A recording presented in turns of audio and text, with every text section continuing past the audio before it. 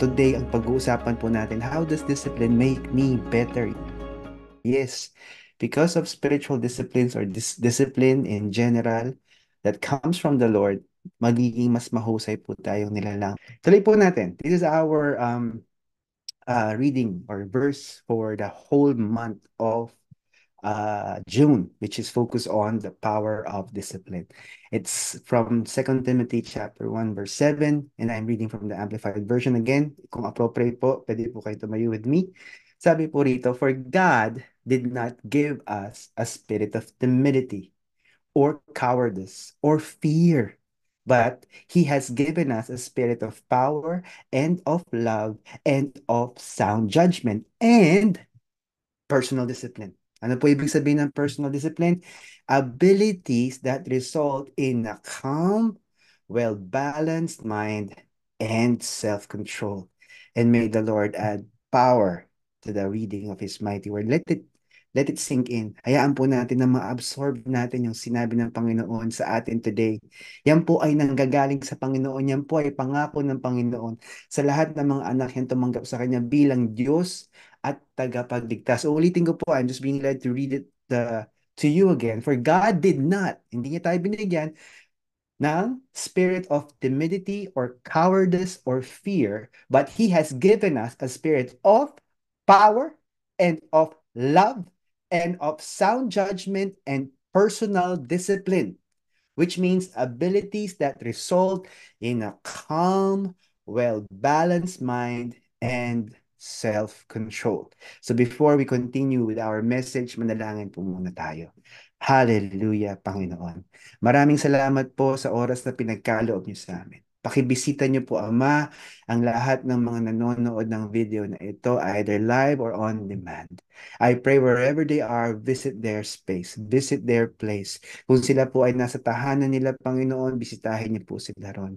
Kung sila po ay nasa trabaho, pakibisita niyo po sila ron. Kung sila ay bumibiyahe, wherever they are joining us, Panginoon, to listen to your word, please visit them. Let them experience your power. Let them experience your love. Hayaan niyo po, Panginoon, na maranasan kanila in a very personal way. Hayaan niyo, Panginoon, na ang kanilang puso at isipan ay mabuksan.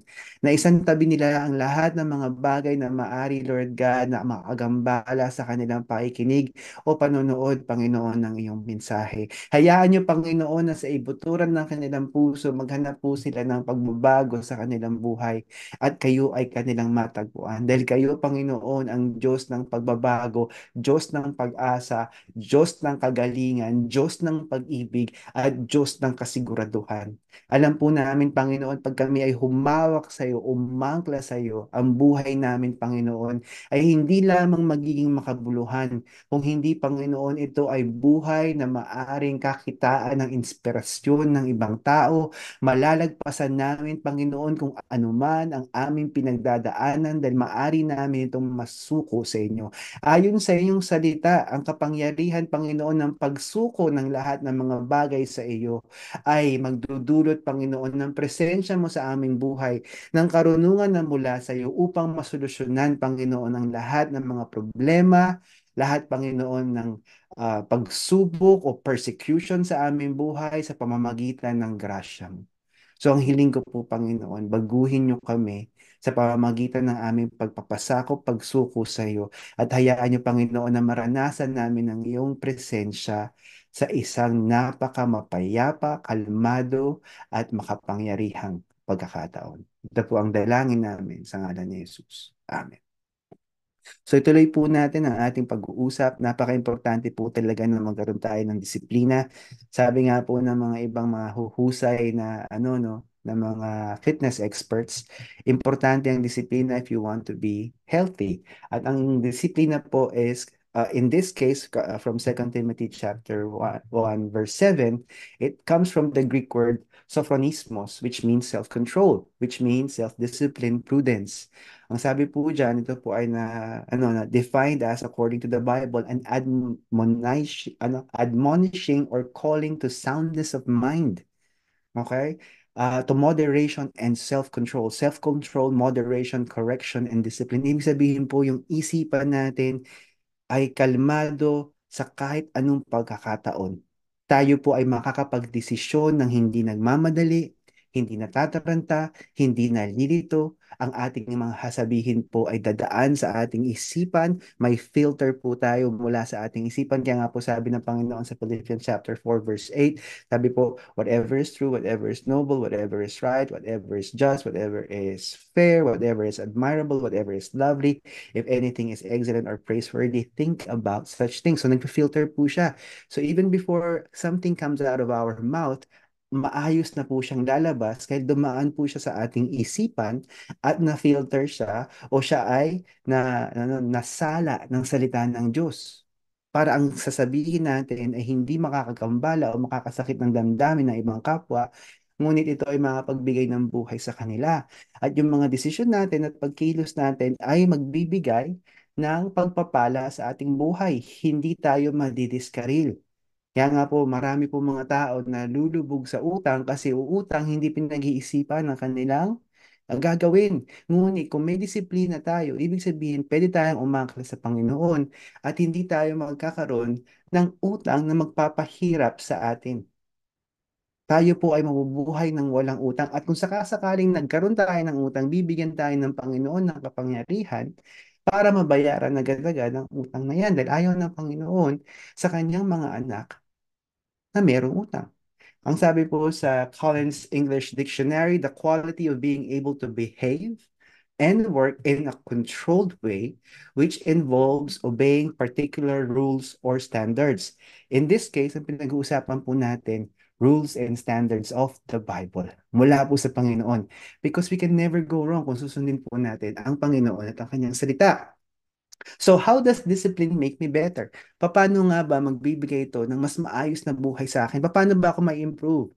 Kung sino ako kahapon at kung sino ako ngayon o kung sino ako nakaraang buwan, nakaraang taon at kung sino ako magiging ngayong buwan na ito o nakaraang itong buwan na to which is June in this year 2024. How will I be better? Dahil my mind will be transformed, number one, and number two, the biblically disciplined life will be what is going to manifest sa buhay natin. Kasi kung titingnan po natin ang salita ng Diyos, napaka-practical niya. Ang dami niyang ituturo sa atin. So, without further ado, dumiretso po tayo sa 2 Timothy 1 to 7, 1, chapter 1 verse 7, Amplified Version once again. Babasahin ko po siya ulit sa inyo at hihimay-himayin natin kung paano binabago ng Panginoon ang ating isipan. Kaya nga po, ang ganda kapag ang isipan natin ay kalmado, ang isipan natin ay diretso pa rin, hindi siya nalilito, hindi siya natataranta. Ang isipan natin ay matibay, hindi tayo basta-basta naaapektuhan. 'Di ba? Kung may masabi man masama laban sa atin, kung tama ito, aayusin natin ang ating sarili ayon sa grasya ng Panginoon, tatanggapin natin ang mga batikos o mga pagpapaalala ng mga tao na may mapagkumbabang puso para tayo ay mas maging mahusay na nilalang, hindi tayo magiging defensive. Karamihan po sa mga tao na nakausap ko, na counsel ko, na nabigyan ko sila ng feedback, kadalasan po pag wala pong disiplina ang utak, parang nagkakaroon po sila ng pader kagad sa utak at biglang kung ano-ano ang sabihin nila instead of trying to understand kung ano ang magandang course of action. Kaya nga po, sila ay hindi nag-i-evolve o hindi nag-i-improve. Sabi po rito, for God did not give us a spirit of timidity or cowardice or fear, but He has given us a spirit of power and of love and of sound judgment and personal discipline. Abilities that result in a calm, well-balanced mind and self-control. I-breakdown po natin yung tatlong bagay na sinabi ng Panginoon. Ano ang ibinigay sa atin ng Diyos na makapangyarihan? Una sa lahat, power or dunamis, which means miraculous power, might, strength, physical power, force, might, ability, efficacy, energy, meaning sa buhay. Anong plural versions ng definition na to that comes from the Greek word dunamis, powerful deeds, deeds showing physical power, marvelous works. Pangalawa po is love, the spirit of love, you know. Our minds may be transformed by agape. Anong ibig sabihin niya? Love, goodwill. Love, benevolence, goodwill, esteem. This is unconditional love, the highest form of love. At yung dulo po na pagbibigyan natin ng concentration later on sa point number 2 the biblically disciplined life, discipline comes from the Greek word sophronismos, which means self-control, self-discipline, and prudence. Ang prudence po kasi, if you're going to explore the meaning of that from the perspective ng Biblia, ibig sabihin, ito po yung mga taong marunong tumingin ahead. Kaya nilang ah, kaya nilang magpagal, kaya nilang magantay, kaya nilang hindi magmadali, they have the ability to delay gratification. Ito po yung mga taong may prudence. Kaya nga po napaka-importante niya. Now, pag-usapan po natin for a while, bakit nagbabago ang isipan natin? Remember, ang faculty po ng pag-iisip ang nagdidikta kung anong sasabihin natin at kung ano ang gagawin natin. So, importante po na sinasabi ng Panginoon dyan, meron kang power. You have been given the spirit of power, not yung pagiging fearful o natatakot ka or you're timid. Ang sinasabi ng Panginoon, meron kang miraculous power inside of you. Sa lahat po ng anak ng Diyos na tumanggap kay Jesus bilang Diyos at tagapagligtas, kung nakalimutan niyo po ito today, may the Lord remind you that you have been given miraculous powers. Na mamanifest ang Panginoon sa panahon na alam niyang kailangan mo o kailangan ng ibang tao. So ano po yung mga kapangyarihan na maaring mailabas natin sa pagkakataong ito? Ito nga po yung kapangyarihan na maisantabi natin ang takot, pagdududa, pagkataranta, pagkalito, pagkawala ng kapayapaan, yung kapalpakan o kasinungalingan o yung madali tayong maniwala sa deceitfulness ng kaaway o deceitfulness ng mga tao sa kapaligiran natin. In other words, meron po tayong kapangyarihan, may puwersa tayo na available sa atin, nakaduktong po dyan yung mga abilidad na maaring hindi natin na-access before. Tulad po ng may nagsabi sa akin before, ang hirap unawain ng Biblia. Ngunit binigyan tayo ng Panginoon ng karunungan para maunawaan yan. So pwede po tayong mahaliwanagan habang binabasa natin ang Biblia, kung tayo po ay tatanggap ng grasya sa Panginoon at pag ito ay napamuhay natin, the word dunamis is explosive power. Pag tinignan po natin yan, kaya niya pong durugin, basagin ang lahat ng maling konsepto na meron tayo patungkol sa atin.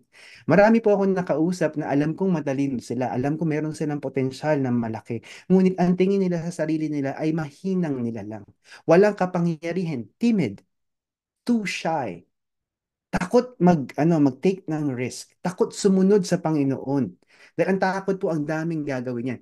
So ang kapangyarihan po ng Panginoon, the power of God can destroy, crush all fears and all doubts.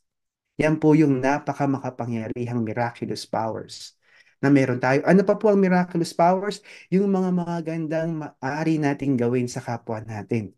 Tumulong, magpatawad, maging part ng isang komunidad na nagbibigay ng pag-asa sa ibang tao. Ang buhay mismo natin ay representation ng isang inspirational form of life. Katulad po ng mga anak ng Diyos na nakaahon sa kahirapan. Tulad po ng mga anak ng Diyos na dumaan sa malupit na nakaraan. Maari pong nagkaroon sila ng karanasang hindi maganda at nalagpasan nila to. At ngayon, tinutulungan nila yung mga tao na dumadanas ng karanasan na kanilang napagdaanan at nalagpasan nila ayon sa grasya ng Panginoon. Kaya nga po yung mga taong mga mahihirap na nagsasabi sa akin, imposibleng magkaroon ng yaman. Imposible po yun kasi galing po ako sa hirap. Katulad nga po ng isang nakausap ko na naging biktima ng human trafficking when she was very young. Ang sabi niya, I will help people who are going through the same scenario because I know what I went through at alam ko kung paano ko sila matutulungan because I can relate to them.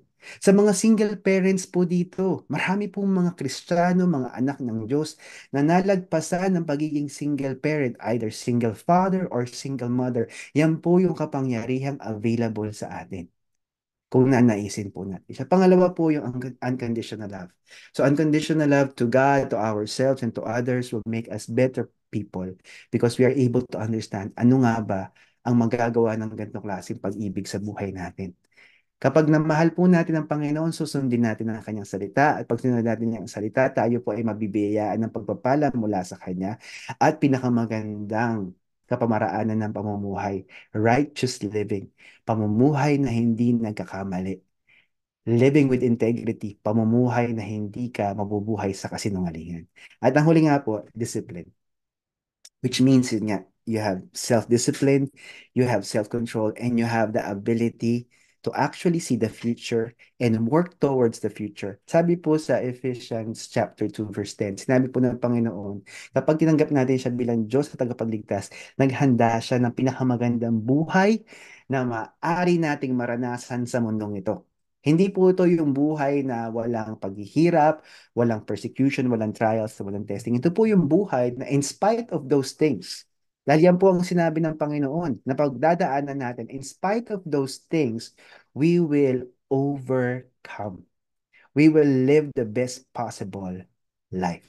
Kaya nga po magbabago ang ating isipan. Kapag tayo po ay nakapagpasako sa Panginoon. Kung may katabi po kayong right now, why don't you say sa inyong katabi mo, you have been given the power.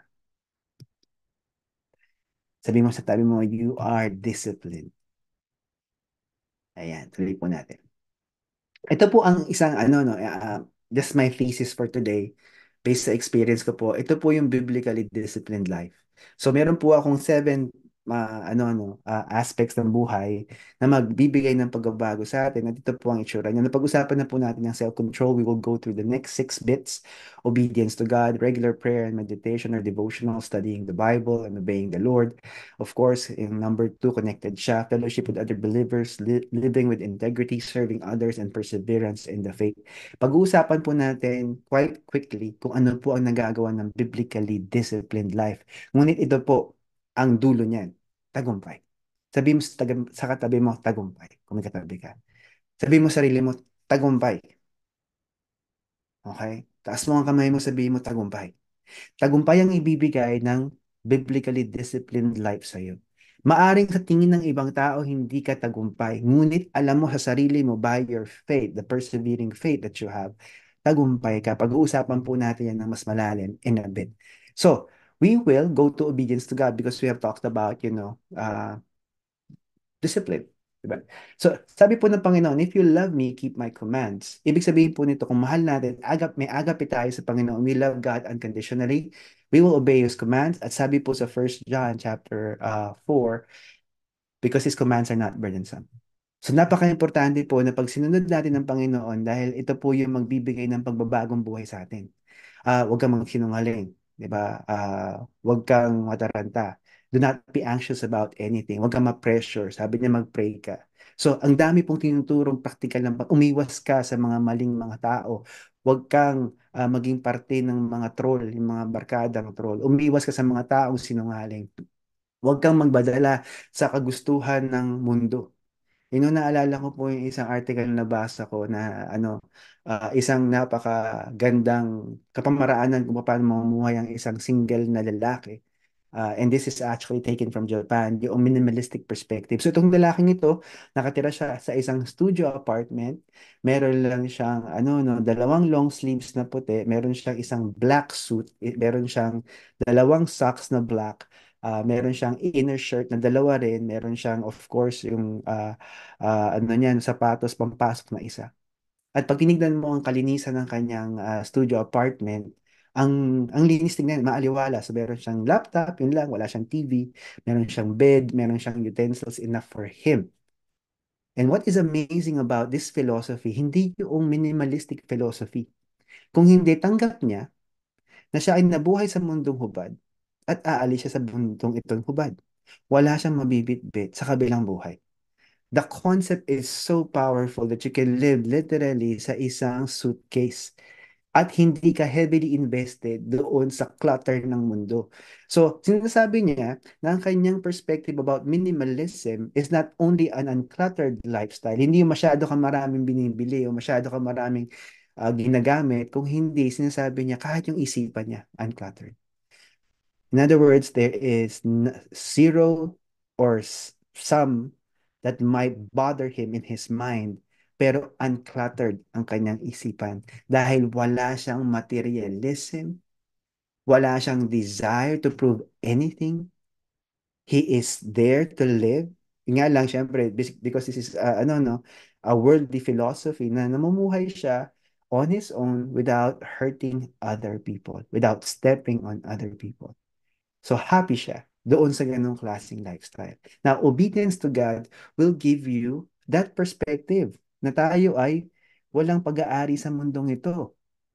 Na ang lahat ng binigay, ang lahat ng tinatamasa natin, the power that we have to produce wealth comes from God. The breath of life that we have comes from God. So nagkakaroon tayo ng grateful heart. Tuwing gigising tayo sa umaga, nagpapasalamat tayo sa Panginoon. Hindi natin hahanapin yung cellphone natin agad-agad kung hindi meron tayong momentary awestruck wonder moment before God and we say, "Thank you, Lord, that you have given me another day to live." Diba? Kung may asawa kang katabi mo, nakita mo yung asawa mo, kahit naghihilik yung asawa mo sa tabi mo, "Thank you, Lord, at mapagmahal ang asawa ko." At tinignan mo yung anak mo, nakita mo yung kwarto niya, ang gulo-gulo ng kwarto ng anak mo, pero "Thank you, Lord, dahil buhay ang aking anak." You have that innate gratefulness. Kasi sabi ng Panginoon, "Rejoice, give thanks, and pray unceasingly." Kung susundin lang natin yung tatlong bagay na yun, maging maligaya ka araw-araw, punong-puno ka ng kagalakan, magbigay ka ng pagpapasalamat sa lahat ng bagay na maaring meron ka. Di ba? Para hindi mo tinitignan kung ano yung wala ka, kung hindi papasalamat ka at naha-highlight kung anong meron ka, at ikaw ay nananalangin, then that will be more than enough. So it changes you. It gives you a better perspective of life. Nawawala yung pagiging maangas, magiging maalalahanin, nawawala yung pagiging mareklamo mo, nawawala yung panahon mo ng pagtitingin sa ibang tao because you are more concerned about other people's life because you want to see other people fail. But now, because you are regularly praying, meditating, and doing your devotions, you're studying the Bible, sabi dyan sa Matthew 6:6. But when you pray, go into your room, close the door, and pray to your Father who is unseen. So inutos ng Panginoon when you pray, not if you pray, when you pray. So prayers are essential. Then your Father who sees what is done in secret will reward you. Matthew 6:6 NIV version. Now, 2 Timothy 3:15 to 17 NLT version, ito yung kapangyarihan ng salita ng Diyos. You have been taught the Holy Scriptures from childhood. Si Paul was talking to Timothy. And they have given you the wisdom to receive the salvation that comes by trusting in Christ Jesus. All Scripture is inspired by God and is useful to teach us what is true and to make us realize what is wrong in our lives. It corrects us when we are wrong and teaches us to do what is right. God uses it to prepare and equip his people to do every good work. And may the Lord add revelation to the reading of his word. Sabi po ng mga mahuhusay na experts on personal well-being, meditation or prayers are very important. Essential siya. Sinasabi nga nila na essential sa isang tao na magpahinga ng isang araw. Detoxify, declutter, disconnect from social media, disconnect from work, disconnect from anything. Have your day. Yun ang sinasabi ng mga well-being experts. Ang sinasabi naman ng Biblia with regards to Sabbath, means it's very important for you to rest and focus on God, to disconnect from worldliness and focus on spirituality. In this case naman, yung daily dose of meditation, not only speaking to God, but listening to Him. Tapos idadagdag mo ngayon yung pagbabasa ng iyong salita ng Diyos para malaman natin ano ba yung maling ginagawa natin, ano ba yung maling pananaw natin, ano ba yung mga maling sinasabi natin, ano ba yung mga maling desisyon natin, para lahat ng gagawin natin going forward mula sa pag-iisip, salita at sa gawa, puro tama dahil ito ay magbibigay ng benepisyo sa atin. Dahil ang sabi ng Panginoon, gusto niya na maging mahusay ka, gusto niya maging matagumpay ka, dapat lahat ng gagawin mo ay tama ayon sa kanyang kalooban kasi siya ang magbibigay ng grasya sa atin para maging matagumpay. Maaring magmahal tayo sa isang tao. Maaring ibuhos natin ang pag-ibig natin sa kanya. Ngunit, one way or the other, yung taong yan, makakaaway natin. Yung taong yan, sasaktan tayo. Yung taong yan will fail us. But God will never fail us. And even if this person fails us, betrays us, commits sin against us, or we commit sin against them, yung salita ng Diyos ang magsasabing humingi ng tawad, magpatawad, magpakumbaba, magbigay ng kagalakan at pagpapala sa bawat isa para ang tahanan natin ay punong-puno ng kagalakan. Tawanan, masayang pag-uusap. Hindi yung tahimik na hindi nag-uusap, hindi nagpapansinan, kanya-kanyang kain, kanya-kanyang luto, barahil o wala ngang pagkain doon sa hapagkainan kung hindi kanya-kanya sa labas. Pagdating sa bahay, matutulog lang. Ang tahanan ay nagsisilbing kapahingahan ng isang individual kapag tayo ay nananalangin, binabasa at sinusunod ang salita ng Diyos. Kaya nga po, ang daming nagagawa ng spiritual discipline or personal discipline sa buhay ng kung sino mang anak ng Diyos. Next po, fellowship with other believers. Sabi dyan, let us hold tightly without wavering to the hope we affirm. For God can be trusted to keep his promise. Let us think of ways to motivate one another to acts of love and good works. And let us not neglect our meeting together as some people do, but encourage one another, especially now that the day of his return is drawing near. Hebrews 10:23 to 25, NLT version. Alam niyo po, sabi ng isang napakamagandang pagsusuri kung bakit mahahaba ang buhay ng mga taong nakatira sa blue zones dahil meron silang faith. Meron silang simbahan, meron silang mga kaibigan na part ng fellowship nila. Ibig sabihin ito yung mga tao nagbibigay ng lakas ng loob sa kanila, ng tapang pagkakailanganin nila, o ito yung mga tao na maari nilang maari nilang puntahan kapag kailangan nila ng tulong, o ito yung mga tao na marahil na magbibigay sa kanila ng inspirasyon. Yung komunidad, yung tamang mga taong kasama. Kaya nga po, ang sinasabi ko parati sa mga nagtatrabaho rito, hindi dapat pinapakisamahan ang mga tao na hindi nag-aambag sa buhay mo. When I say ambag sa buhay mo, yung nakakatulong magpalakas ng dibdib at damdamin mo, yung nakakatulong sa pag-aayos ng kapayapaan sa loob ng tahanan. Kaya nga po sinasabi ng Panginoon, fellowship with believers. Fellowship with the believers na matino ang relasyon sa Panginoon upang matanggap natin ang pagpapala ng ganong klaseng samahan. Maaring maririnig natin yung mga bagay na ayaw nating marinig during the fellowship, pero ito yung kailangan natin. It's like bitter medicine that we need to take para gumaling ang karamdaman natin. And sometimes kailangan natin nun. And there are times na merely talking to them, getting to know what's happening sa buhay nila, being inspired kung meron silang na-overcome o tayo naman ang tutulong sa kapwa nila, sa kapwa natin during that time. 'Di ba? Because they need help. That is the beauty of fellowship. Kaya nga po ang salvation in the name of Jesus, ang ating simbahan ay isang pamilya na ibinuklod ng Panginoon para magtulungan. Kaya nga po pag nakita nyo ang SNJ, lalong-lalo na sa panahon na may nangangailangan ng tutulungan, sa panahon na kailangan ng payo, may nagbibigay ng payo. O sa panahon na tayo ay nagpapasalamat lamang sa lahat ng nangyayari sa ating buhay, there is fellowship, there is edification, there is strengthening in our church. And that is what discipline can do. Kaya nga po yung mga tao pumunta sa in-person na fellowship o di kaya yung kasama natin ngayon kahit virtual, naging iba po ang ating pakiramdam, di po ba? Lalong-lalo na kapag naranasan natin ang kapangyarihan ng Panginoon sa kalagitnaan ng ating pagtitipon, in person man o virtual. Live with integrity. Ang sarap pong mabuhay sa katotohanan. The integrity of the upright guides them, but the unfaithful are destroyed by their duplicity. Ang sinasabi po dyan, plain and simple, yung mga totoo, mga honest, matapat, versus ang mga deceitful o sinungaling. Kaya nga po sinasabi ng Panginoon dyan, when you have discipline, ayaw mo magsinungaling. Kahit magmukha kang tanga, aaminin mo na hindi mo alam ang isang bagay. Dahil meron kang puso mapagkumbaba. Magtatanong ka kasi kailangan mo ng karunungan. Hindi ka magdadalawang isip because of pride. And when you live with integrity, ang ibig sabihin po ng integrity, it's not just being honest. It's not just being truthful. Hindi lang yung totoo ka. Kung hindi, meron kang degree of excellence. Yung mataas din yung standards mo. So, hindi sa'yo pwede, ang pwede na. Kung may gagawin ka na may integridad, ibig sabihin, ito ang pinakamagandang maari mong gawin sa pagkakataong ito. Ito yung tinodo mo, yung kakayahan mo. Kaya nga po, pag tinodo natin ang kakayahan natin, when you give, it will be given back to you. When you give your best, you get your best. Kaya nga po yung mga tao na mahuhusay academically, when they give their best, they get awards. Magagaling na mga artists, when they give their best into their art, they become the best artists possible. Yan po yung nagagawa ng integrity because we give our best. Hindi tayo tamad. Hindi pwede ang pwede na sa isang taong may integridad. Gusto niya parating mataas ang kalidad ng kanyang pamumuhay.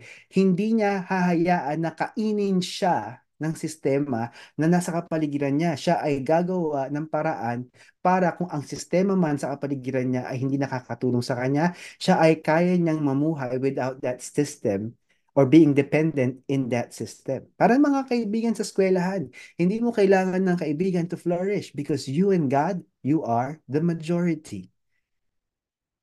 Hallelujah. Napakahusay at napakabuti po talaga ng Panginoon. Yan. Next po, pag-usapan natin. This is very important.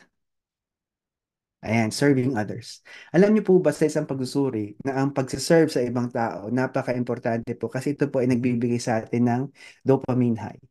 In other words, nagiging masaya po tayo when we serve others without ill intent o wala tayong ulterior motive. Sabi po rito, sa Mark 10:41 to 45 NIV version, when the ten heard about this, they became indignant with James and John. Jesus called them together and said, you know that those who are regarded as rulers of the Gentiles lord it over them, and their high officials exercise authority over them. Not so with you. Instead, whoever wants to become great among you must be your servant.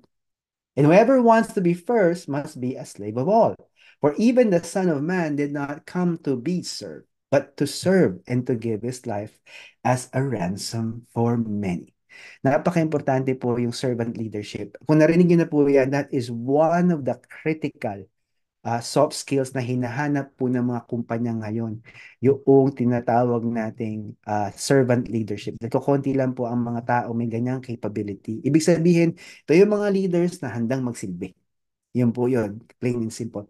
Si Jesus went over and beyond. He died for you and for me. He died for you and for me while we were sinners. Ang sinasabi ng Panginoon, this is something, ito po ay isang pintuan. Ito po ay isang susi na nagbubukas ng pintuan sa pinakamagandang pakiramdam na maaari nating maranasan. Dahil pag tayo po ay gumagawa ng mabuti sa kapwa natin, nabubuksan po ang ating puso at isipan at ang ating katawan ay nagre-respond sa kabutihan. Yan. Kaya nga po marami mga tao, pag hiningan mo ng tulong, gagawa at gagawa ng paraan yan para makatulong. Meron nga pong isang short na psychological test na ginawa ang mga behavioral scientist. Isang pila mahaba sa supermarket.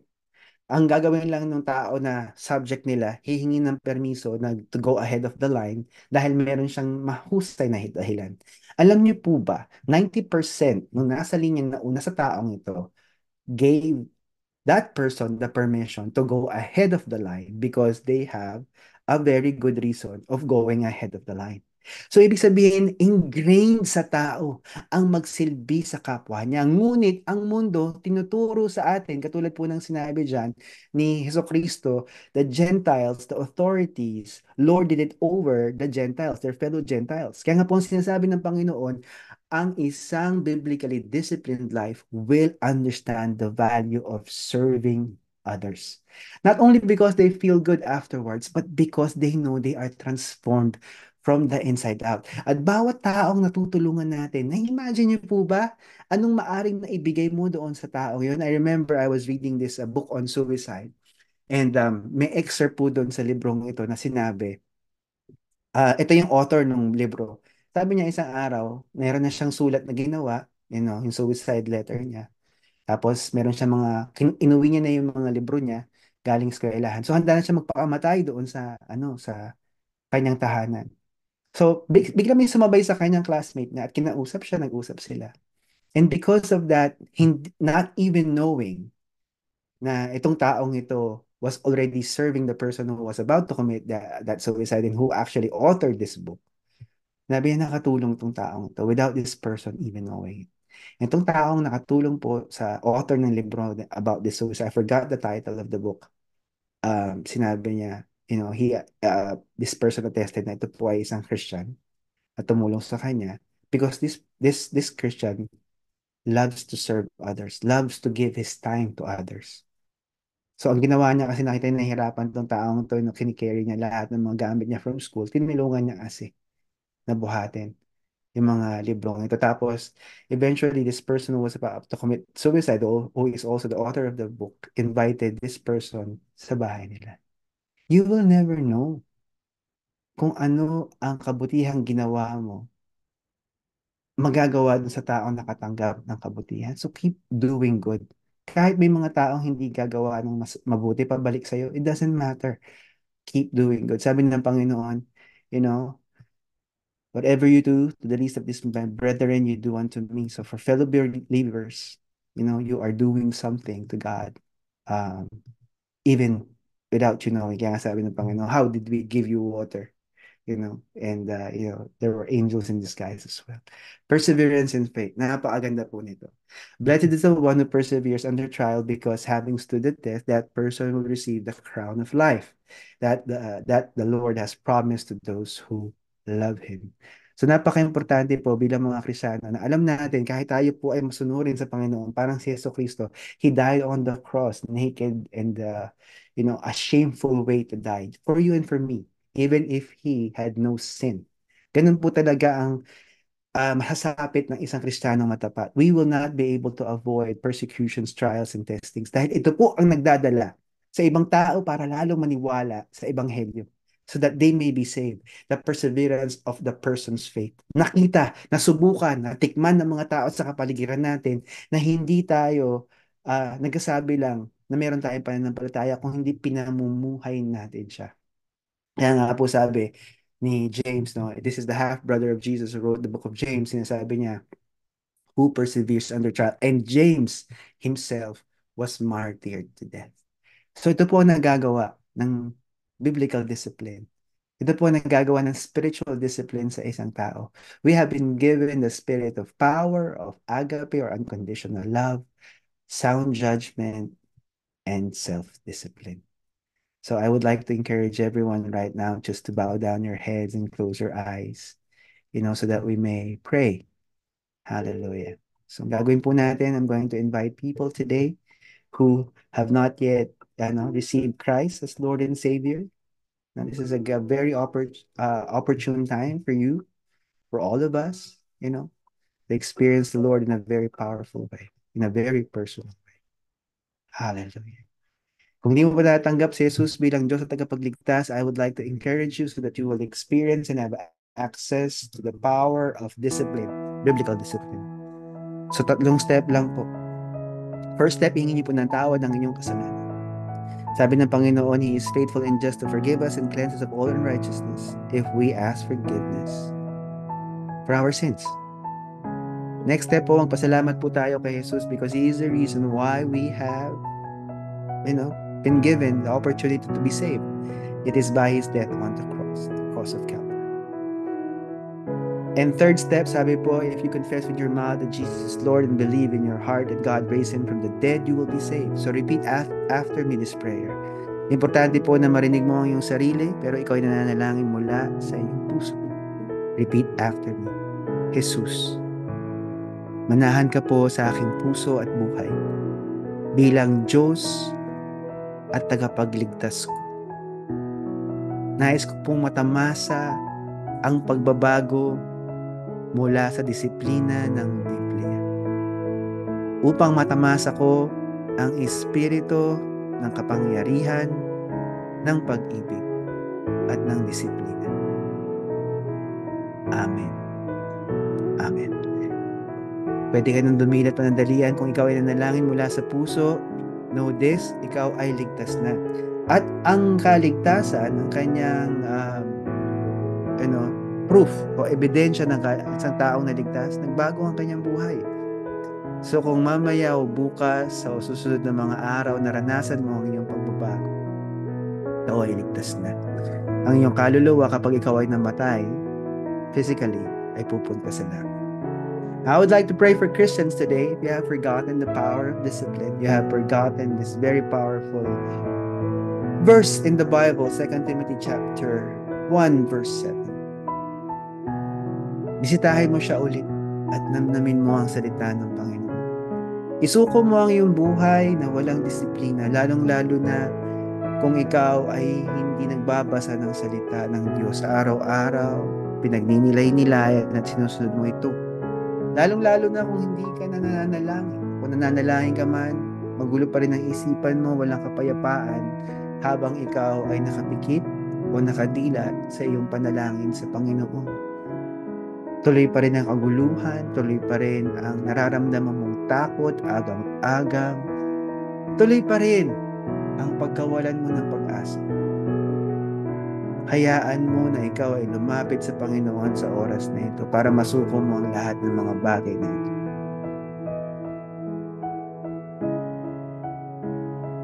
Dahil ang lahat ng ito ay kasinungalingan. Ang totoo, God has given us the spirit of power, of love, and of a sound mind. Hallelujah. Kung nasaan ka man, kung maaari mong itaas ang kaliwa o kanang kamay mo, ang pareho mong kamay, taas mo. Whatever is appropriate wherever you are. Suko mo sa Panginoon. Huwag mong tignan yung tao sa kapaligiran mo. Between you and God. Kapatid, receive as you believe that you have been given the spirit of power, of agape, and sound mind or discipline.